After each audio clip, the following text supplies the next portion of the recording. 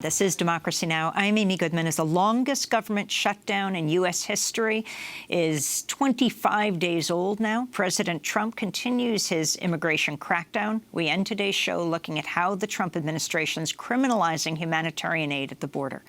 In Tucson, Arizona, activists with the humanitarian group No More Deaths go on trial today, facing charges for a slew of federal crimes, all because of their efforts to leave water and food in the harsh Sonoran desert to help refugees survive the deadly journey across the U.S. border.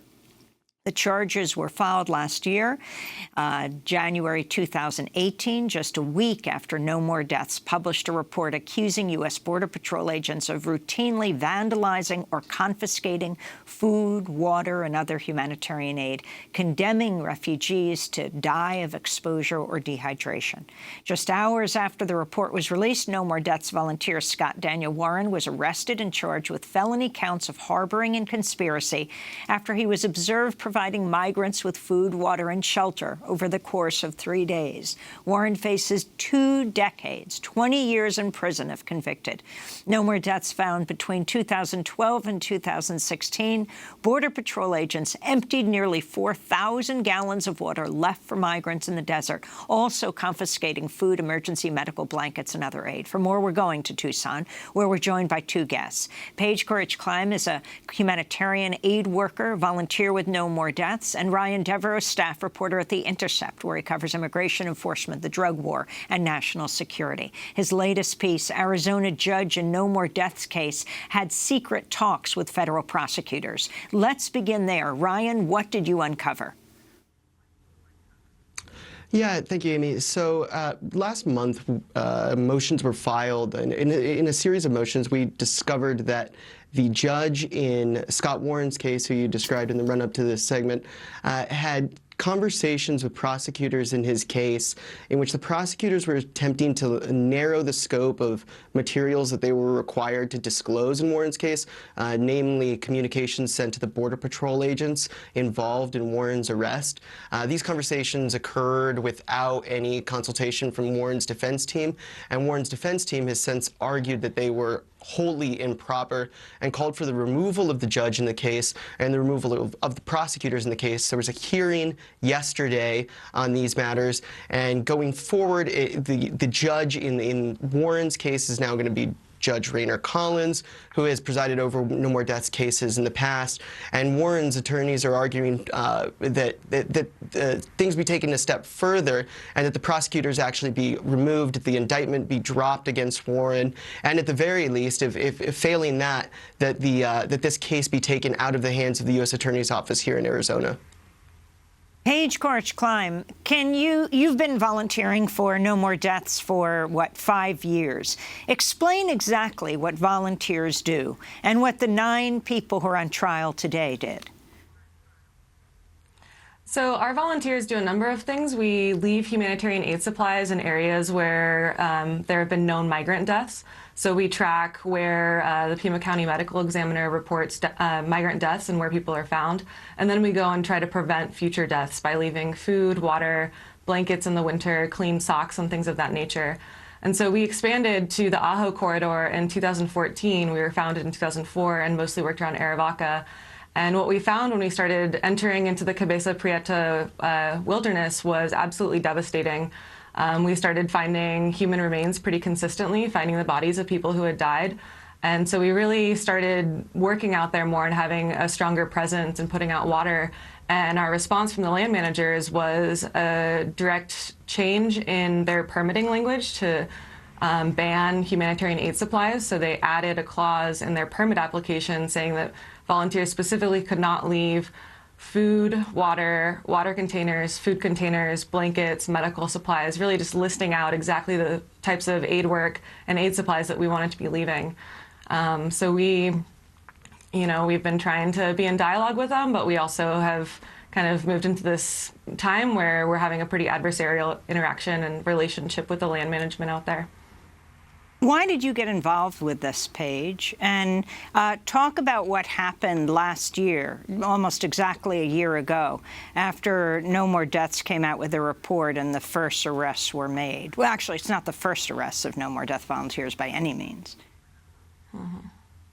So I got involved just after being in college and coming out to the border and seeing what was happening here. And it's a really devastating, compelling issue. And I think the work that No More Deaths does is really effective in intervening in it when it's able to exist. About a year ago, we published a report, part of our Disappeared series, called Interference in Humanitarian Aid. And we published documentation of Border Patrol consistently destroying our humanitarian aid supplies, as well as some video of them actually doing it.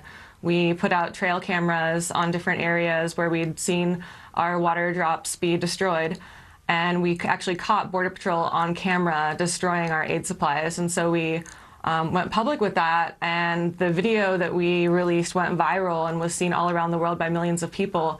And then hours later, Scott Warren was arrested at the barn. So we see this as retaliation. It was very directly linked to the work that we were doing in uncovering Border Patrol misconduct and violence, and we're now being targeted for it. How many people die in the desert, Paige? That's a really hard question. We know that every year hundreds of people's bodies are found, but we know also just the nature of the southern Arizona desert and the terrain and how remote some of these areas are, how far they are. A lot of people who die in the desert are never found. So in 2017, when we really started doing more work on Cabeza Prieta, there were 32 bodies found, many of those by our volunteers and other humanitarian aid organizations, but we also know of many other cases that are unresolved where we know somebody was in the area of Cabeza Prieta and was never seen again. What's notable as well is that Cabeza Prieta has really, really limited access. So some of the times that we've been able to really get out into the wilderness and deep in there, we've had to actually do overnight hikes. And on some of those hikes, we've found up to 3 sets of remains in a single day. Cabeza has really limited access. We can barely get out there, but there's an area just north of there that is an active bombing range that people are also being funneled to cross through. And that area has 0 public access. So you look on the maps of known migrant deaths, and there's a lot of blank spots on the bombing range, and that we absolutely know that that is not because nobody is dying there. It's because nobody is being found there. So the numbers that we have are not really reflective of what's truly happening. Ryan Devereaux, you wrote a piece for The Intercept in October. New documents bolster case that Border Patrol retaliated against humanitarian group. Tell us what you found, and then talk about all the cases today. It's not all 9 people who are going on trial today. 4 people are, and what each of their cases involved and what they face. Right, it's complicated. As you mentioned, there's 4 people going on trial today, and those are 4 defendants in the Cabeza cases. So those defendants are basically being charged with violating rules on the Cabeza Prieta National Wildlife Refuge, namely trespassing onto a designated wilderness and littering for leaving behind humanitarian aid supplies, food, water, etc. 4 other Cabeza defendants will be heading to trial later with similar charges. Those individuals were involved in a rescue and recovery operation when they were cited for heading onto the refuge. And then finally there's Scott Warren's case, the felony case that you mentioned in the run-up, in which he's charged with harboring and conspiracy. These charges together sort of indicate a crackdown on No More Deaths and a crackdown on humanitarian aid work in the Arizona desert here that began really as Trump was coming into office in April 2017. Former Attorney General Jeff Sessions came down here to Arizona and basically told his prosecutors that he wanted to ramp up certain sets of charges, border-related charges, among them harboring charges. Anybody with a nexus to moving people further into the United States was not only fair game, he wanted to see those kinds of cases brought. And in filings that we've seen in the No More Deaths cases since then, we know that the Border Patrol started taking a hard look at No More Deaths around April, around the time of Sessions' visit. The agency raided a camp ramp that No More Deaths has used for more than a decade. It was a provocative action. And then there was this back and forth in the Ajo corridor in Cabeza Prieta over regulations and access to the refuge, where No More Deaths was expanding its work, finding more and more human remains. By the end of 2017, these charges started to come in against volunteers for working on the refuge. And then in January of last year, a year ago to this week, Warren was arrested on the day that this report came out. Since that time, in the year that's followed, we've seen a lot of activity in these cases, in pretrial motions. Attorneys for No More Deaths have been arguing that these arrests, these prosecutions, violated the religious freedom of the defendants. They've pushed the government to release documents related to Warren's arrest, as I mentioned earlier.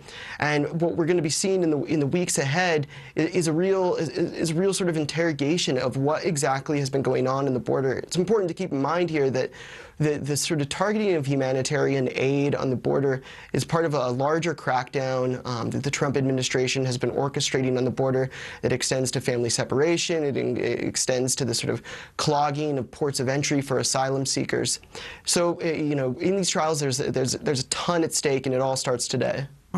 And Ryan, the history of No More Deaths is an extension of the sanctuary movement of the 80s, which actually continues today. That's correct, Amy. In the 1980s here in southern Arizona, a collection of religious leaders, priests, nuns, etc., basically came together using the Underground Railroad as a blueprint to move asylum seekers from Central America who were fleeing U.S.-backed dirty wars there into the United States when they sort of discovered that the Reagan administration was illegally blocking access to asylum for those folks. And the sort of reverberations of that can be felt today. A massive government investigation, undercover investigation, was launched into the movement. The churches were infiltrated, secret recordings were made of sermons, religious leaders were indicted, charged, prosecuted with some of the same charges that Scott Warren faces today, harboring, smuggling types of charges. It was a huge sort of galvanizing moment that sort of gave birth to the humanitarian aid community that exists in southern Arizona today. So we're seeing history repeat itself in many ways here in Tucson. Well, Ryan Devereaux, I want to thank you for being with us, and we'll link to your pieces at The Intercept at democracynow.org.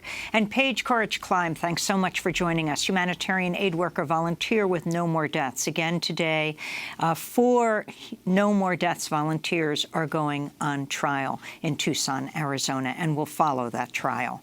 Democracy Now! Is produced by Mike Burke, Dina Guzder, Carla Wills, Tammy Warrenoff, Sam Alkoff, John Hamilton, Robbie Karen, Honey Massoud, Trina Nadura, Tamery Studio, and Libby Rainey, Mike DeFilippo, Miguel Noguera, engineers. Special thanks to Becca Staley, Julie Crosby, Hugh Graham, David Prude. If you want to sign up for our daily digest, go to democracynow.org. I'm Amy Goodman. Thanks for joining us.